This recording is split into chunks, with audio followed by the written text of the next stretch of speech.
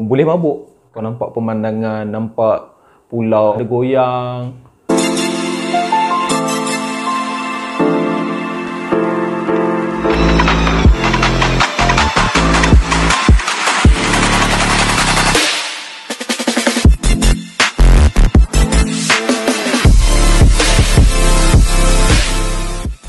Assalamualaikum, selamat sejahtera. Aku Fakin Tokai. Welcome to my channel. Kita sembang santai cerita berkenaan tentera.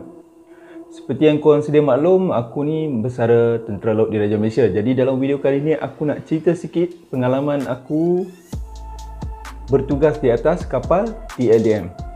Tapi dalam video kali ni aku lebih nak fokuskan kepada apa yang warga kapal buat waktu kapal tak berlayar.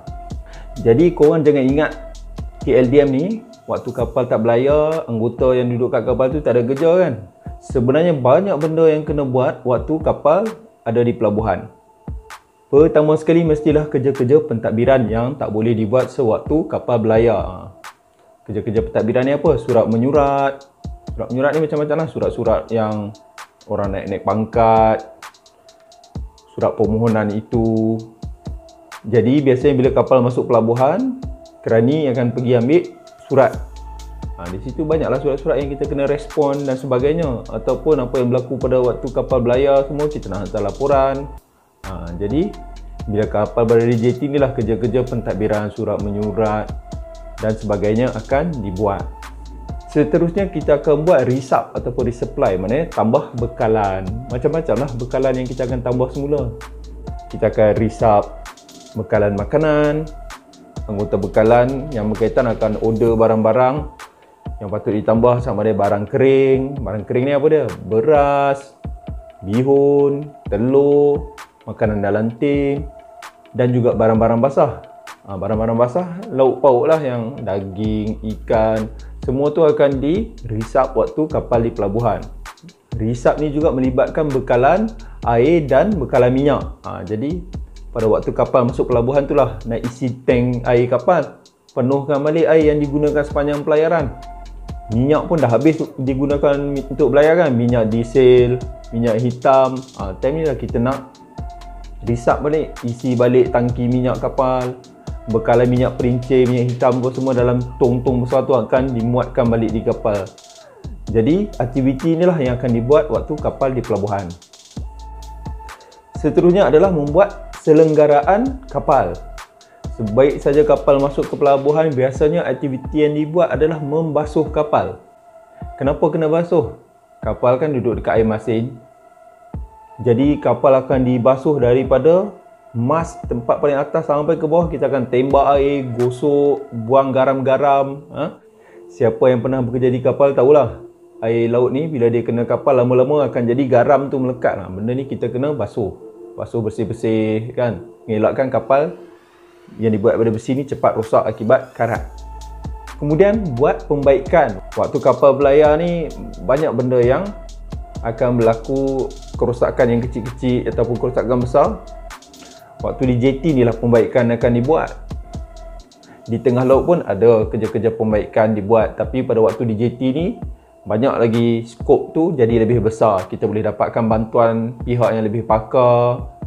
Pada masa yang sama kita dapatkan peralatan-peralatan dan juga alat ganti yang tak ada tengah laut. Jadi bila kapal masuk pelabuhan, kepakaran, alat ganti akan diperolehi. Jadi pembaikan yang lebih baik akan dilakukan. Waktu di JT juga, bila kapal masuk pelabuhan ni, kita boleh buat pemeriksaan bawah perut kapal. Kapal besar dia ada tim penyelam di sini, maka penyelam akan selam dan periksa di bawah perut kapal. Kalau kapal kecil dia tak ada penyelam sendiri, kita akan request daripada unit selam yang ada dekat pelabuhan.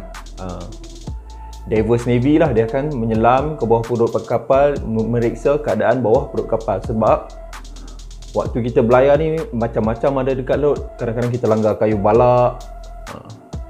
Tengah-tengah malam bawa kapal, aku pun pernah dengar bunyi boom. Kita tak tahu langgar apa. Jadi bila kapal masuk pelabuhan, kena check lah keadaan bawah perut kapal. Ada kemek ke, propeller. Propeller tu kipas tu lah, kipas kapal tu. Kalau kapal kecil ni selalulah langgar balak, lepas tu propeller tu, kipas tu dia jadi kucuk. Kalau you tak tahu, kapal-kapal kecil ni ada sampai 4 propeller. Kalau kapal besar ada 1 atau 2. Kalau kapal kecil ada banyak propeller. Memang waktu belayar tu boleh jalan lagi. Kalau satu propeller dah kena, boleh belayar lagi. Tapi bila balik pelabuhan kena check lah macam mana keadaan propeller tadi. Bila masuk pelabuhan juga, waktu ni lah warga kapal boleh buat aktiviti-aktiviti sukan di darat kan. Nak main bola, biasanya kita buat lah lawan kapal, sama-sama kapal kan. Biasanya kita buat lah perlawanan bola sepak ke, kapal A lawan kapal B, bola tampar, kapal A lawan kapal B. Bola tampar ni antara sukan yang digemari lah dalam tentera laut. Yang mana kaki-kaki berjoging apa semua tu kan. Dekat kapal tak boleh buat apa sangat. Jogging pun, kalau kapal besar boleh lah jogging atas tempat helikopter landing tu. Tak cukup, tak puas. Masa ni lah nak jogging base run. Navy dia panggil base run, lari keliling pangkalan kalau dalam lumut tu. Waktu ni lah kau nak buat aktiviti sukan yang lebih memuaskan. Selain pada rutin harian di pelabuhan, rutin kerja harian, waktu-waktu di pelabuhan ni juga banyak diisi dengan aktiviti-aktiviti latihan yang boleh dibuat di pelabuhan. Kalau tentera darat, biasa dia ada hari pengajian. Hari pengajian ni seorang yang pakar dalam subjek itu akan buat kelas lah biasanya. Sama juga dalam Navy pun ada. Tiap-tiap hari Rabu contohnya, ada unit yang akan menganjurkan. Jadi pegawai dan anggota dari unit-unit lain akan pergi ke tempat kelas tu dibuat. Selain tu, dalam TLDM pun banyak pusat simulasi. Jadi kalau tak boleh buat waktu kapal belayar, kita boleh buat di pusat simulasi. Macam ada simulasi anjungan. Simulasi anjungan ni dia macam kau tengah bawa kapal tapi dia guna komputer. Macam kau duduk dalam kapal lah, kau nampak pemandangan, nampak pulau apa semua, tapi kau sebenarnya dalam sebuah bilik besar yang dia generate pemandangan tu, dia generate. Macam kat dalam kapal lah, ada goyang, boleh mabuk. Kalau dia buat, dia boleh set keadaan laut tu, dalam komputer tu boleh set. Jadi merasai macam belayar. Jadi kau boleh buat latihan. Kalau untuk latihan kebakaran, melawan kebanjiran pun ada, kita ada simulasi yang bila kau masuk dalam tu dia boleh goyang-goyangkan kau. Jadi benda-benda ni boleh buat dalam waktu kapal di pelabuhan, anggota boleh buat latihan lain. Jadi aku harap penerangan aku tadi dapat memberi gambaran kepada korang apa yang anggota tentera laut yang berada di kapal buat waktu di pelabuhan. Sebenarnya banyak lagi benda yang boleh buat, tapi aku tak naklah cerita banyak-banyak. Aku bagi sikit dulu. Nanti ada waktu aku akan kongsi lagi. Jadi kepada yang minat konten berkaitan ketenteraan, boleh subscribe channel aku. Kita jumpa lagi di video akan datang. Aku Fakin Tokai. Terima kasih. Assalamualaikum.